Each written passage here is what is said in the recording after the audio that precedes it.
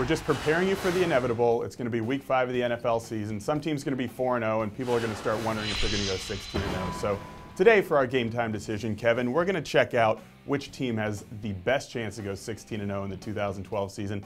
And let's start with the Green Bay Packers, who were very close last year, 15-1, and got upset by the Chiefs. Do you like them to go 16-0 this year? The nice thing for the Packers is they play the AFC South and they play the NFC West, arguably the two weakest divisions in the NFL. The problem for the Packers is they're in the NFC North, which is one of the most competitive divisions in the league. So they have to play the Bears in Chicago. They have to play the Lions in Detroit. They also have a game against the Saints, and they have to go to Houston to play the Texans. Those are going to be some really tough games for Green Bay. Still some question marks in that Packers team. They're going to have a tough time doing it this season. Take a look at the San Francisco 49ers, who were 13-3 last year, and by all accounts have one of the best units at every single unit on the field. Do they have a shot to go 16-0? Well, they have to play in Lambeau against the Packers, in Foxborough against the Patriots.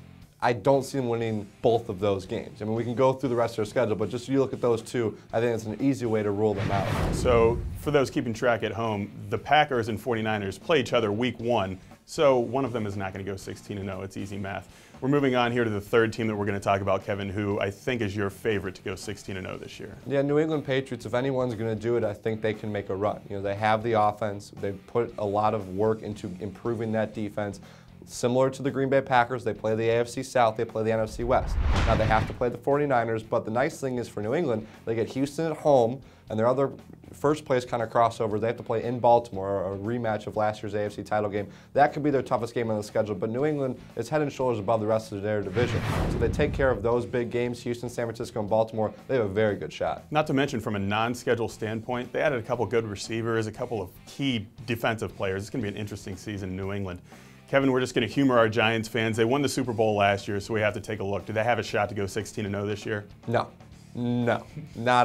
I can't even come close to predicting that. If you ignore the fact that they're in the NFC East and have to play in Philly and in Dallas, they also got to play the NFC South. So now we're talking they got to go play in Atlanta. They have to host the Saints. They also have to play the Steelers. They got to play the Ravens in Baltimore. Oh, and they have to play the 49ers in San Francisco, rematch of last year's NFC title game. That's a lot. That's a gauntlet right there of a schedule for the New York Giants. I don't see them coming close to 16-0. A recap of Kevin's odds for the Giants to go 16-0, not very good.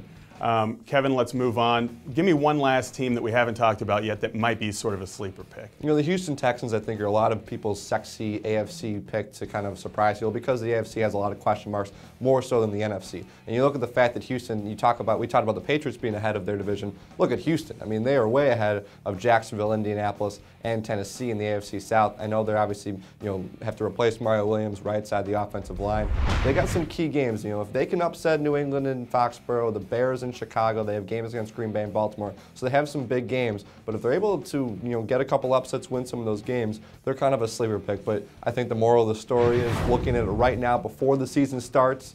The 1972 Dolphins can come close to cracking that champagne. Probably a little bit early to start looking at it anyway, but we like that a little fuel to the fire here at PFW. For the best coverage in the NFL throughout the 2012 season, stick around at ProFootballWeekly.com.